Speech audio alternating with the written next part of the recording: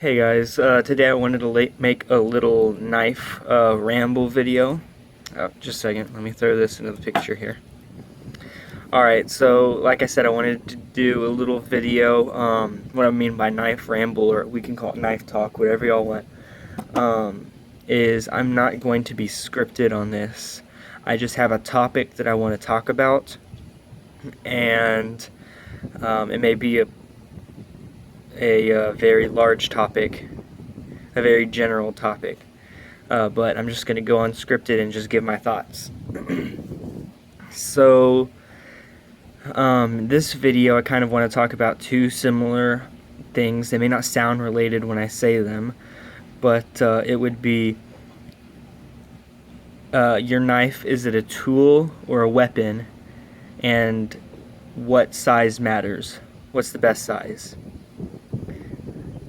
So, I would like to start off and say whenever I first started getting into knives, this was kind of my first good knife. I have a little gas station knife, but this was my first semi-expensive. Back whenever I got it, 50 bucks was, I thought I was something because I spent 50 bucks on a knife. But whenever I got it, I was thinking, yeah, I like this knife, but you know, it's a little small. And so I started getting into the bigger knives. I bought paramilitary 2s.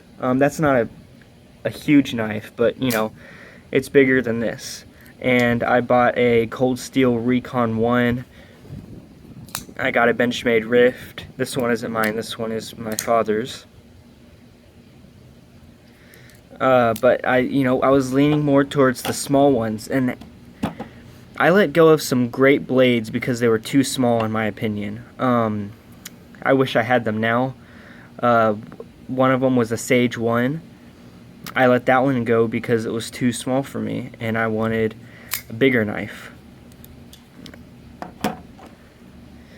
You know, something fills the hand and gives you a good reach in it, the blade. And I let go of a zero tolerance 0450 because of that. And I'm sure I'm missing a couple, but those are the two that I really kind of regret getting rid of. And so what I wanted to talk about is my reasoning behind doing that whenever I don't want to say my immature knife years, but my philosophy back then was I'm not 21. You can probably tell because of my voice. And so I am not, in Texas, I am not allowed to carry a gun until I'm 21. You know, it's illegal for me to get my CHL, and I can't get my CHL until I'm 21. And so my philosophy was, if I'm going to be carrying a knife, it should be able to defend me. And so that's why I always wanted a bigger knife. What I have started realizing is that whenever I do get a bigger knife, a lot of the times I sacrifice what I actually use my knife for. Meaning, whenever I have, like, for instance, this XM18 3.5 inch, this is a big knife. You know, in some ways I feel that it's bigger than my Cold Steel Recon 1, even though the dimensions and if you just look at the specs, the Recon 1 is much bigger than this knife. But you know, it's got thick blade stock. You know, it's got a thick handle, and it really gives you a good grip. But I realized that I was sacrificing cutting performance. This is sharpened at 21 degrees per side.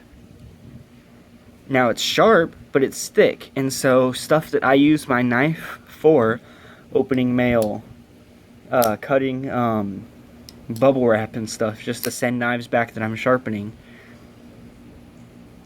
sometimes whittling whenever I'm bored,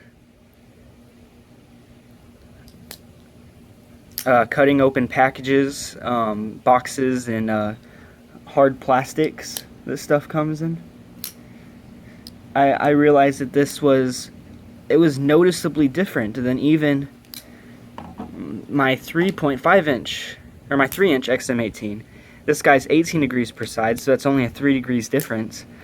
But also just the thickness of the blade, I can tell a difference in using it. It is much harder to get a clean cut and to do finer details with this thick of a blade. And also the size, like, you know, you have less control of it. So I have kind of switched gears, and I've noticed that I've been actually leaning towards the smaller knives now. I also live in a very safe city. Most of the time, you know, there's very little crime around here. There was an incident about a month ago of down here. It was actually only like 5 miles from my house. There was a McDonald's, and a guy was breaking into this father's car, and he started kidnapping his son. I think he was like 4 months old or something. And the father pulled out a gun and shot the burglar, the kidnapper or whatever, shot him 3 times in the chest and killed him. And that's about, you know, it's about all the crime we have around here, and it's very, I mean, I know that sounds bad, but that's like the first time that that's ever happened down here. And, you know, person with the CHL1, and so I don't know, maybe I'm being naive, but I just feel pretty safe and secure where I am. And also a lot of times I'm with my family, and my dad always carries a gun. He carries a Springfield XT45, so I don't feel the need as much to carry a bigger blade. That doesn't mean I don't like some bigger blades. This Sebenza 21, you know, it's not huge, but let me clear some of the blades out here.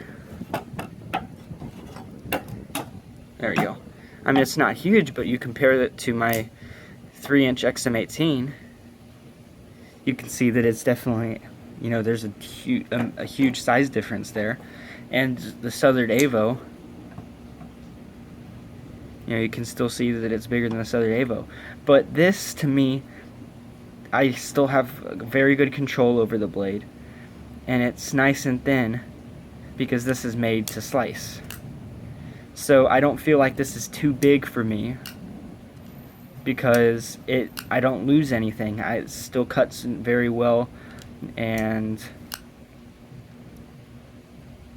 I don't feel like I'm losing control of the knife. So I'm not against big knives at all. I just think that the bigger knives, the thicker knives, are becoming less and less my thing. Now, to me, I don't feel like these knives are pocket hogs per se. XM18 kind of is, but I normally have a dedicated knife pocket, so the size of the knife doesn't matter so much to me. But as, you know, I continue my knife hobby, and as I carry knives, I just enjoy carrying a smaller one more. Not because it's easier to carry, but there's just something about smaller blades that is becoming more and more attractive to me. I can't really put my finger on it. I have a Ferrum Forge intac on its way from Singapore. It should be arriving this week.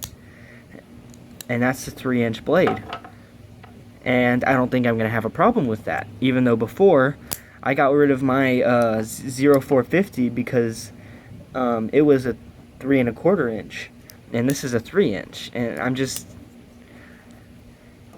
noticing the change in my tastes and how the smaller knives are becoming more and more attractive to me. And I'm trying to figure out why, and I think it is partially because of the ease of use and the control. I think that the smaller knives are just a little bit more elegantly made. You've got thinner blade stock. thinner titanium.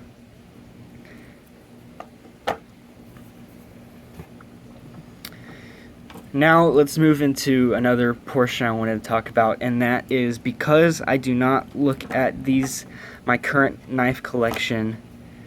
This one I'm trading for the intact, so it's technically still mine, but I'm not including it in my rotation, EDC rotation. So these knives, I do not consider these knives tactical knives. And maybe I'm going to change again, but right now I don't feel the need for a tactical knife. When I'm away, I'm normally with friends. I don't go into bad parts of town where there are normally robberies or anything. I'm working at Kroger, and I don't feel the need there to carry something big and bulky like this. Not to say that I'm not prepared. I mean, with these knives, I am prepared. Like, one of the reasons why I carry a knife, even though it's mainly a tool to me, I feel like it's, you know, it could be used that way. But, well, back on track to what I was talking about, I am considering, and I have purchased a GEC, what is that called? The hand helper with the Warncliffe blade, not the Hawkbill, the Warncliffe blade. And I'm considering having that become, or join my EDC rotation.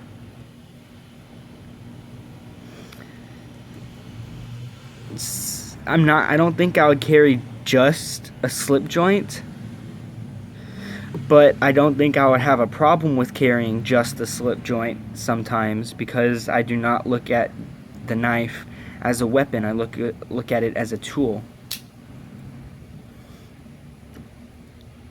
I think another reason my tastes are changing is because I am working at Kroger, and let me tell you what, if I need to break down a box whenever I'm stocking, and I pull this guy out, and I'm cutting boxes open with it, I assure you, I would get some stares and maybe some ugly looks. However, if I pull this little guy out, you know, I don't think that people would mind as much. I don't think people would give that much notice, especially this one, because this doesn't have any aggressive look. This doesn't have an aggressive look to it. This has a, you know, kind of an elegant look. Same with this Sabenza. I mean, to me, this doesn't look aggressive. This looks utilitarian, especially with the micarta inlays. It doesn't look tactical. So if I pull this open, break some boxes, and I'm stalking with people walking around me and everything, I think that they would appreciate, or they would not appreciate, but they would ignore this knife, or they wouldn't think about this knife being dangerous to them, or me being some psychopath with a knife. Whenever this knife it screams tactical. This does not look like, you know, utilitarian EDC blade. This has a very aggressive blade with the Skinner blade profile. It's big. It's got the finger choil, even though finger choils, I mean, they aren't necessarily aggressive, but it's got the you know, the flipper there, the logo, even the logo. I mean, maybe I'm nitpicking, but I mean, maybe the logo will look aggressive in my, like, you know, if I'm holding this like this, like holding a blade like this in an aisle before I break down boxes, you know, will I freak any people out? Or this one has a similar blade shape to the XM18. Especially if I pulled a Cold Steel Recon 1 out, or if I pulled a Benchmade Contigo, you know, I guarantee you I would have a talk with someone above me. So, you know, I've tried to stay on topic, guys, but, you know, like I said, mainly this is just talking about size of a blade, if it matters, and my tastes, and I've really been all over the place, but, whoops. Maybe I won't title this thing, I don't know yet. Anyway, I enjoyed this, talking about knives.